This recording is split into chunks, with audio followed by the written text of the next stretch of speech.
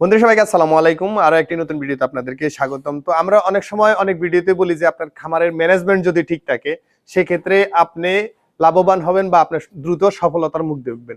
তো অনেকের প্রশ্ন থাকতে পারে আসলে ম্যানেজমেন্টটা কি। তো এই বিষয়টাই আমি আপনাদের আজকের ভিডিওতে আপনাদেরকে ক্লিয়ার করার চেষ্টা করব। আশা করি শুরু থেকে শেষ পর্যন্ত স্কিপ না করে দেখবেন। আর অবশ্যই ভিডিওটি ভালো লাগলে শেয়ার করে দিবেন যাতে আরেকজন খামারি ভাই বা নতুন উদ্যোক্তা উপকৃত হতে পারেন। তো মূলত হচ্ছে ম্যানেজমেন্টটা কি। আপনি ধরেন গরু কিনে নিয়ে আসলেন, অবশ্যই আপনাকে জানতে হবে যে আপনার খামারে গরুর জন্য কতদিন আগে ঘাস লাগাইতে হবে। এটাও ম্যানেজমেন্টের আওতায় পড়ে। আপনি মিনিমাম 90 দিন আগে গরু কিনার মিনিমাম 90 দিন আগে আপনি ঘাস লাগাইতে হবে, যাতে আপনি গরু যেদিন খামারে নিয়ে আসবেন সেদিন থেকে গরুকে পর্যাপ্ত পরিমাণে ঘাস দিতে পারেন। এরপর হচ্ছে যে আপনাকে সময় মেনটেন করতে হবে।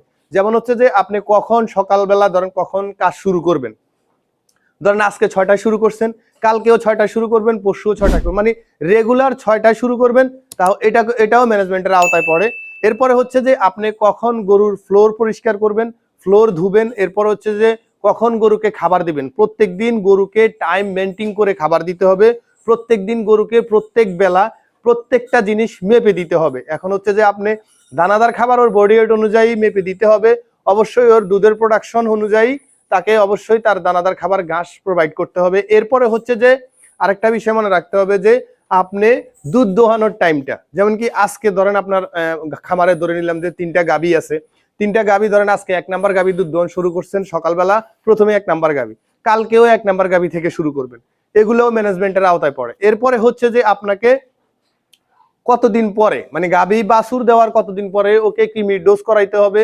ওই টাইম অনুযায়ী ওকে অবশ্যই 90 দিন থেকে আপনার মানে 3 মাস থেকে 3.5 মাসের ভিতরে অবশ্যই তাকে কৃমির ডোজ করাইতে হবে। এরপর হচ্ছে লিভার টনিক, জিঙ্ক, ক্যালসিয়াম এগুলা দিতে হবে। এরপরে হচ্ছে যে আপনার আরেকটা বিষয় সেটা হচ্ছে যে একটা গাভী যদি আপনার খামারে মিনিমাম 8 থেকে 10 লিটারের উপরে দুধ দিয়ে থাকে, তাকে প্রত্যেক দিন জিঙ্ক, ক্যালসিয়াম অবশ্যই দিতে হবে। এখন আজকে দিচ্ছেন, দেখা গেছে 3 দিন আপনি দেন নাই, বা একটা খাবার আপনি দানাদার খাবার তৈরি করছেন 10টা বা 5টা আইটেম দিয়ে, হ্যাঁ ধরে নিলাম 5টা আইটেম দিয়ে তৈরি করছেন। এখন এমন আইটেমগুলো আপনি যোগ করছেন যেগুলো হয়তোবা আপনি 7 দিন দিতে পারবেন, 7 দিন পরে আর দিতে পারবেন না আগামী 7 দিন। এটাও আপনি যদি করেন সেক্ষেত্রে আপনার খামারে সমস্যা হওয়ার সম্ভাবনা হবে কি রকম, যে আপনার গাভীর দুধ কমে যাবে। হ্যাঁ, এরপরে দেখা গেছে আপনি 7 দিন পরে আবার যখন খামারে ওই খাবারটা নিয়ে আসবেন তখন আবার দেখা গেছে দুধ বাড়া শুরু হবে। তো এই বিষয়গুলো মাথায় রাখতে হবে যে এই খাবারটা আমি সব সময় দিতে পারবো গরুকে, ওই খাবারটাই আমি দানাদার খাবারের সাথে সংযুক্ত করব বা অ্যাড করব। আর অবশ্যই ভালো মানের দানাদার খাবার দিতে হবে। এরপর হচ্ছে ধরেন আপনি কৃমির ট্যাবলেট মানে ইনজেকশন করাইলেন, যাই করাইলেন, দেখা গেছে ডোজ করাইলেন। হ্যাঁ, পরবর্তীতে দেখা গেছে আপনি প্রত্যেকবার মানে যথা সময়ে গরুকে ভ্যাকসিনেশন করতে হবে। মানে দেখা গেছে কিছু ভ্যাকসিন আছে 1 বছরের মাথায় একবার, আবার কিছু ভ্যাকসিন আছে 6 মাসের মাথায় একবার। ওইটা আপনি টাইম টু টাইম অবশ্যই গরুকে ভ্যাকসিন দিতে হবে। আর এরপর হচ্ছে যে বাছুরের যত্ন যেভাবে নেওয়া দরকার ঠিক সেইভাবে আপনি বাছুরের যত্ন নিতে হবে। ওর বাছুরের বডি ওয়েট অনুযায়ী বাছুরটাকে কত লিটার দুধ খাওয়াইতে হবে ওটা আপনাকে অবশ্যই জানতে হবে। কতদিন পর্যন্ত দুধ খাওয়াইতে হবে, বাছুরকে কতদিনের মাথায় কৃমির ডোজ করাইতে হবে। এই সমস্ত কিছু যদি আপনি সম্পূর্ণভাবে যদি করতে পারেন সেক্ষেত্রে আপনি লাভবান হবেন। আর এটাই হচ্ছে যে খামারের ম্যানেজমেন্ট। এখন দেখা গেছে আপনার বাছুরের কবে আপনি ধরেন আজকে কবে আপনি করাইছেন, বীজ দিছেন, ওই ডেটটা আপনি দেখা গেছে 3 মাস পরে বলতে পারতেছেন না।